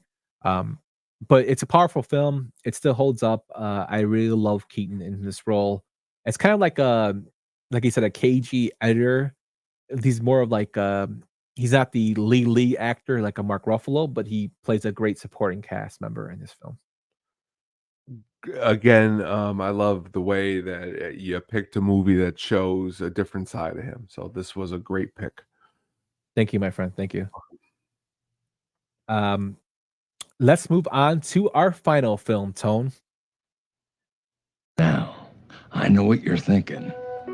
How the heck does a 52-year-old over-the-hill milkshake machine salesman build a fast food empire with 1,600 restaurants in 50 states, 5 foreign countries, with an annual revenue of in the neighborhood of $700 million? One word: persistence. The Founder, released in 2016. Michael Keaton plays the role of Ray Kroc. It's directed by John Lee Hancock, who did The Little Things, The Highwaymen, Saving Mr. Banks, The Blind Side, The Rookie, and The Alamo. The film stars Michael Keaton, Nick Offerman, John Carroll Lynch, Laura Dern, Linda Cardinelli, and BJ Novak. It had a box office of $24 million and a budget of $25 million, with $2 million in video sales. Tone, tell us why you chose this one. I think this is, again, what I would deem to be peak Michael Keaton. His performance as Ray Kroc is, again, different than everything else we've talked about tonight. Just what you know about McDonald's and knowing the story. This is the only reason I would have known the story as I sat and watched this movie. This is some operation. Care for a little tour? Of the... Yeah, I would. Well, finish up. I'll come back. Alrighty, thanks. There's something about him in the movie that makes you feel like he's exactly like because I know his character in the movie he doesn't do good things, he does take the company, but like he does make you feel like a person from that time period did back then. Like he does make you want to sign over your restaurant to him because he has that good of a heart, and I think that's in his performance. Yeah, but he actually plays a character too that was struggling with his own Yeah. business, but also, he's kind of a dick too in what he does Yeah. to, the McDonald's brothers in terms of basically takes over their name and their company. Although, when I did research for this film, this show, he actually says that the McDonald's brothers, they did have some disagreements with Ray Kroc, but their bitterness wasn't as deep as what they show in the film. Of course, it's for dramatic effect, but Ray Kroc was, a visionary in terms of the way he wanted to run the business. This film sticks out to me because of a personal experience. When I was in high school, my freshman, I went to a Catholic high school. My freshman theology teacher was telling us a story about, don't miss life's opportunities, basically as an inspirational story. And he told us that his grandfather happened to be talking to his friend, and he heard about these guys that had started a fast food business in the 40s. They wanted to bring it Midwest. His friend knew the guys who was franchising it. He was going to put money down for a franchise, and he wanted to know if his friend, who was my teacher's grandfather, would want to come in on it. He passed it up. It turned out to be a McDonald's, and that guy basically became a millionaire from he bought several other ones. He missed out on an opportunity, but it's just crazy that then I heard that, and then now this film came out, and the reason I think it didn't do so well at the box office was it didn't get a lot of publicity in terms of advertisement. I remember watching clips for it, and I'm like, well, when's this coming out? I watched it after the fact, which is very unfortunate because it's actually a really good film. And Nick Offerman, who's mostly known for comedy, does a great job. John Carroll Lynch, who is known for playing those crazy characters, but also a great character actor, does a great in this film. Gives you a history of the McDonald's bringing how it was like a family run, and then basically became the corporate conglomerate it is now. And I love the fact when doing research for this film that Keaton again did such deep research for himself for playing Ray Kroc that he learned that Kroc had played the piano. So he went and taught himself how to play piano, and then took lessons so he could use that in the film. But Kroc is the reason that we have those horrible shake makers and ice cream machines that never work. Which I thought was kind of funny. But Tom Hanks was offered a role for this film, and he turned it down. And I'm kind of glad that Michael Keaton got it and basically turned it into what it is. It's a great film that doesn't get a lot of love like it should. Yeah, I mean, Laura Dern does a great job in it too. So does Linda Cardellini. Again, I learned things like, the McDonald's, how they really make their money is they own the land in which the restaurant sits on, which they're more, what's the word I'm looking for? They're just as much into real estate as they are as selling hamburgers. And you learn that too. It's like, and that's why they are very smart when it comes to a lot of things. But like he, again, as you stated, he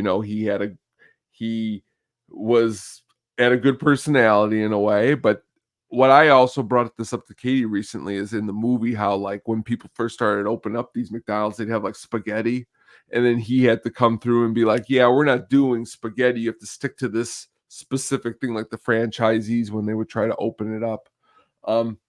Very interesting just to learn a little bit more in the background of McDonald's that isn't, Fast Food Nation or Super Size Me. So it's more on his performance too. Really good. And Nick Offerman, and you said it, and John Carroll Lynch.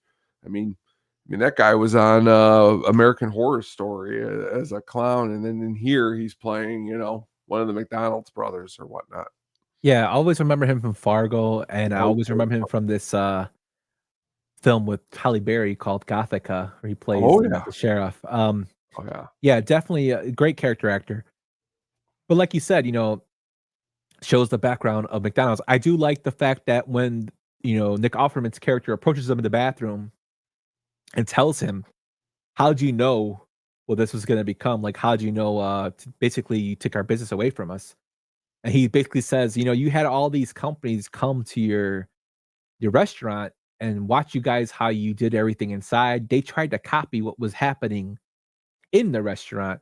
He goes, "Well, that's part of it makes you successful. Doesn't make you completely successful. All those companies, they all went under." He goes, "It's the name that brings people there, not just what happens in the restaurant." And McDonald's is synonymous with fast food. It's the Yeah. biggest fast Oh, food yeah. place I can think of. I mean, it's Sure. everywhere. Uh, bring back supersize, man. I'm gonna be a fat ass again. Yeah, definitely a great film that should be talked about more and watched more. It's a good historic film, so even if there's a blurring of the lines, I liked it a lot. It's Americana at its finest in terms of the franchises that was started here. Definitely. That was some good picks, man. Those are our 10 Michael Keaton films that we like. I know there were some films left off. Birdman was the one of them. I know that people are probably gonna give us flack for it, but these are our favorite films from Keaton. So if you have some disagreement, let us know your favorite films in the comments or on the Twitters or whatever the hell it's called next week, X. But Michael Keaton, man, I hope he keeps making bangers, Tone. I mean, he really, really, great movies. Of course, you got your Multiplicity, which is really good too. That he's in a different way. As you mentioned earlier, White Noise. He does a good job, and we've talked about on the show before. Elmore Leonard, Out of Sight. He's in for a little while. Jackie Brown. There's just so many different performances that he's been in that if you're a fan and you're looking for something, you got a family and Christmas time, watch Jack Frost. That movie, he's got a ridiculous hair dye job. You're not gonna miss out on that. So there's just so much. He's just such a really good actor. And honestly, with Beetlejuice coming out, to see what's going to be coming next is really going to be interesting. Yeah, I mean, you just said like films. He's in RoboCop as the remake as Raymond Sellers. I liked him in that role, even though that film is not as great as the original. But I mean, nothing is. Vulture. That Vulture, yes. I mean, he's great as Vulture. But what I was about to say is, see, RoboCop was a remake, and I wasn't mad at that one. But it wasn't better than the first one. But it wasn't. Well, that's how I feel about The Thing. I that's more of a it's like a prequel. Like, I'm okay if you're not touching the original work and you're trying to work around it. But when you're trying to like, here is the same exact thing, but we're gonna give you Wyatt Russell instead of Kurt Russell. No offense, Wyatt, we love you, but I'm just saying, it was Kurt the first time, so let's either do a new story. Like, I like what you were talking about, and I'm going to think about this, and we're going to talk about it at a later date, the Jason Momoa sequel to The Crow as the police officer and him losing his family. Like, what a great idea, but what a bad idea not going through with it, Yeah, but that's Hollywood for you. That's it. Also, shout out to our man, Father Zoe, who has seen Cars 50 billion times because of Baby Zoe. Chick Hicks is Michael Keaton. Does a good job in that. Bling bling. Yes. You brought up, which is crazy because I never really put the connection together. You talked about a young Christopher Lloyd with him in the Mr. Mom. And then he's in this other movie, Ridiculous, The Dream Team. Yes. With Peter Boyle, and a great performance by just a couple people in that movie with him. But again, all these movies, man. Yeah, Keaton's definitely got a plethora of different roles. My brother Jack was joking with me when I told him what our subject was, and he's like, "Are you going to talk about Jack Frost, an instant classic?" But it made me laugh. And then my buddy who was watching the show was asking me if we were going to talk about the other guys. Oh, yeah. I'm like, well, you have to tune in to watch because I already knew that was like our first one on our list. Yeah. But yeah, definitely a great actor. I enjoyed everything he's done except Morbius, but that's not his fault. But check out some of these films that we mentioned, and if you have some that you really enjoy or the other ones, let us know. But that's our Michael Keaton episode. Shout out to my man Michael Keaton. Hoping Beetlejuice turns out to be, good. He's if you get a chance, it looks like he's gonna be on that episode of Hot Ones dressed as Beetlejuice. Yes, which would be pretty funny to watch. Yeah, so be sure to check that out. Yeah. But my friend, that is our Michael Keaton top 10 films. Do you have any news and rumors that you want to talk about? I saw you had No, I just that was an accidentally slide. Okay, I just want to make sure that we don't forget about that. Let's go into what's coming soon, my friend. Let's do it. If I can find a little clip here. Oh, here we go. Let's get ready to rumble! Coming soon. Próximamente. Coming soon. Coming soon. So what's coming soon, Tom? You might be, why am I laughing? Because I've been waiting to do this all night.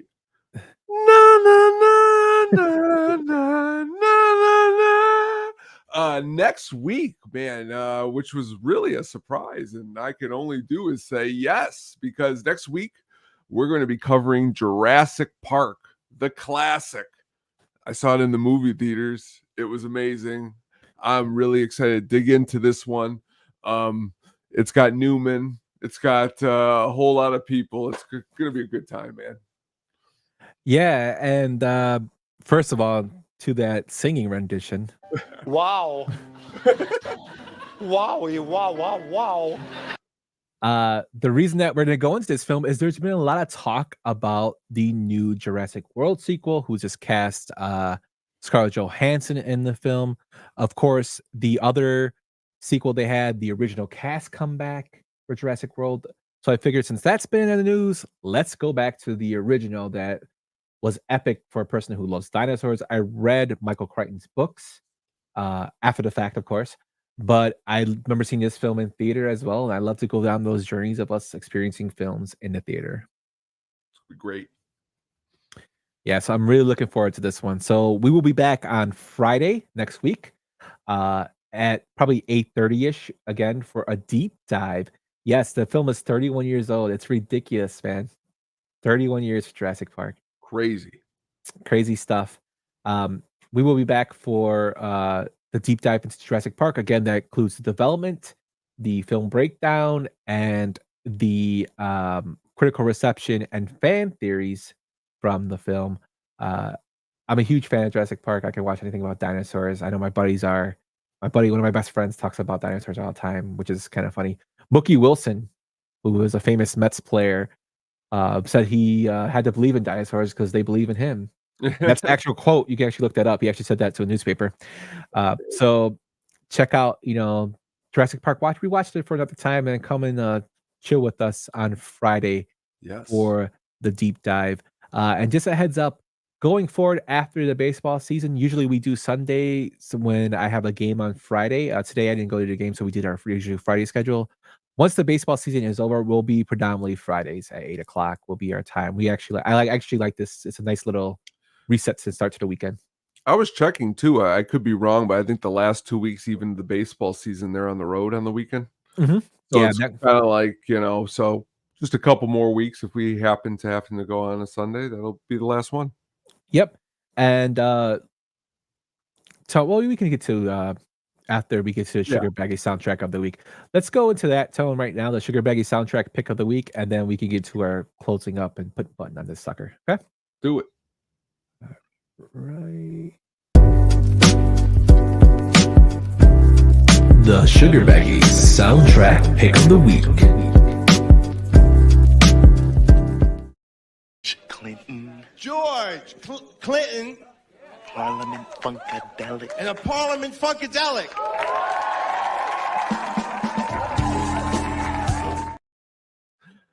PCU, a soundtrack that, never really ever gets talked about, and it should, because honestly, watching this movie again in that 13, 14, 15-year-old age and seeing the Parliament Funkadelic, I didn't know what I was watching, and I really wish I did at that moment, because my whole life could have changed, because I didn't realize the funk until like 10 years later. But man, this soundtrack really, really has a lot of good stuff, a lot of deeper cuts. on it that you don't usually see a whole lot on other stuff. In the movie itself, of course, you had, like I stated, George Clinton and the Parliament Funkadelic, but on the soundtrack, you have Mudhoney, Steve Vai, which is a very interesting pick, the Connells, Red Cross, just a very interesting, deep soundtrack. There's this band, Beautiful People, with a Jimi Hendrix interlude on there too. Looking for something, a deeper soundtrack, this is where you're going to find it on the PCU soundtrack. You see PCU? Oh man, I to be honest with you, I can't remember any of it. If I've seen it, Oh my lord, I think you'd like this movie a lot just by talking to you. So I think I've seen it. I have to read a little bit to see if I remember it. It's one of those films that kind of like probably I watched it and I'm like, oh okay, but looking at the soundtrack, I'm pulling it up. You got "Pump It Up" by Elvis Costello, which is we do a thing on Twitter called Vibes, and that was one of the vibes I picked.